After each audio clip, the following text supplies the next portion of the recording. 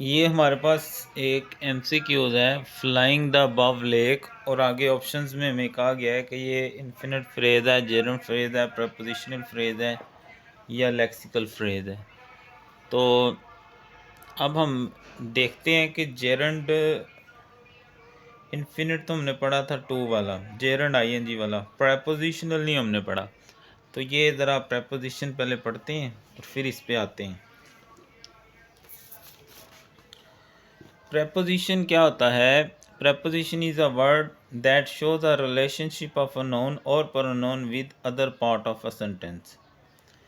preposition एक ऐसा word होता है जो नाउन या प्रोनाउन का रिलेशन क्या करता है, सेंटेंस के दूसरे हिस्से के साथ करवाता है। ठीक है, जो लफ्ज़ किसी नाउन या प्रोनाउन से पहले आकर इसका तल्लक दूसरे नाउन, प्रोनाउन या वर्ब या अगले हिस्से से करवाए, यानी वर्ब अगले हिस्से में ही होता है ना, तो उसको हम क्या कहते हैं? वो क्या है? एक प्रेपोजिशन है। Ali is in the school. अब जो यहाँ इन है, ये हमारा क्या है? प्रेपोजिशन है।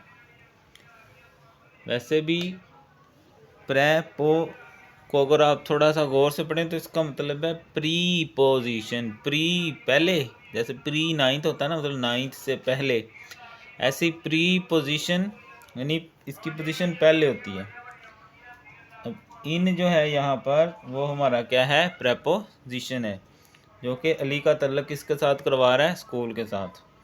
ऐसी Tahreem is at the bus station, जो यहाँ एट है वो क्या है? प्रेपोजिशन है। इसी तरह इसकी और एग्जांपल्स अगर हम देखें तो वो हमारे पास क्या है? In, on, over, at, from, to, above, with in और भी आ जाएंगी। ठीक है, जब हम इसमें जाएंगे ना प्रैक्टिस में तो और भी इसकी होती हैं।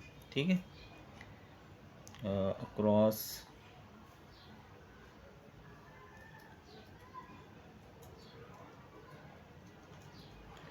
तो जब हम पढ़ेंगे तो वहाँ पर प्रैक्टिस में और चीज़ें भी आती जाएंगी। ठीक है, तो ये था preposition, in, on, at, from, with in, over, at, on, जो पोजीशन बता रहा होता है किसी चीज़ की। ठीक है, आमतौर पर जो प्रेपोजिशन होती है वो हमें तीन चीज़ें बता रही होती है। ठीक है, या तो ये डायरेक्शन बता रही होती है, यानी ये डायरेक्शन के लिए,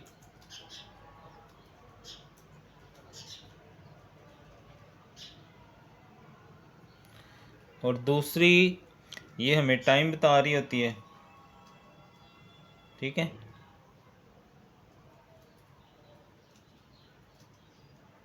और तीसरी प्लेस। तीन चीज़ें प्रेपोजिशन हमें बता रही होती है फिक्रे के अंदर। ठीक है, जैसे इन द स्कूल ये प्लेस बता रहा है, एट द ये भी प्लेस बता रहा है वैसे। ठीक है, तो शी इन टाइम वो टाइम बता रही होगी। तो ये था प्रेपोजिशन। अब हम पढ़ते हैं प्रेपोजिशनल फ्रेज़। प्रेपोजिशनल फ्रेज़ जो होता है ये भी शुरू जो है वो आम तौर पर ज़्यादातर ये प्रेपोजिशन से ही शुरू हुआ करेगा। वैसे फ्रेज़ कहते हैं group of word which make sense but not complete sense, यानी उससे समझ तो आए लेकिन बात पूरी समझ ना आए। जैसे एट द 11th और आखिरी वक्त पर, इन द लॉन्ग रन लंबे अरसे में। अब ये बात पूरी समझ नहीं आ रही। In the ground. ठीक है, अगर मैं मिसाल एक और लिख दूँ, in the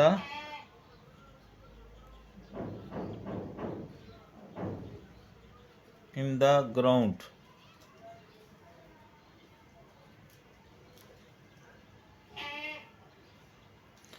in the ground क्या है? फ्रेज है, और इन की वजह से ये कौन सा है? प्रेपोजिशनल फ्रेज है। प्रेपोजिशनल फ्रेज होता है starts with a preposition mostly, ज़्यादातर, and is followed by an object of preposition, और इसके साथ कोई ना कोई प्रेपोजिशन का ऑब्जेक्ट भी आ रहा होता है। जैसे इन द ग्राउंड, ये ग्राउंड जो क्या है? इसका ऑब्जेक्ट है। ठीक है, तो प्रेपोजिशनल फ्रेज यानी दो तीन लफ्ज़ों से मिलकर बनता होता प्रेपोजिशन ही है। The boy in the blue shirt. अब ये जो इन द ब्लू शर्ट है ये सारा क्या है? प्रेपोजिशनल फ्रेज है। इज़ माई फ्रेंड, वो मेरा दोस्त है। ठीक है। Book under the table, under the table ये इकट्ठा क्या है, प्रपोजिशनल फ्रेज है। ठीक है। Samra was wandering across the room, ये cross the room, across preposition और ये उसका ऑब्जेक्ट है। ठीक है। ये एज अ एडजेक्टिव आ रहा होता है या एज अ एडवर्ब आ रहा होता है हमारे पास। ठीक है।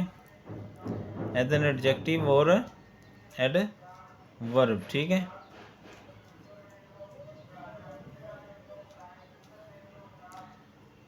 इस लेवल पे आपको बस ये चीज़ ही आप देख लें, जब प्रेपोजिशन लगी और हाईलाइट किया हो तो आपने उसको प्रेपोजिशनल फ्रेज कह देना है। ठीक है।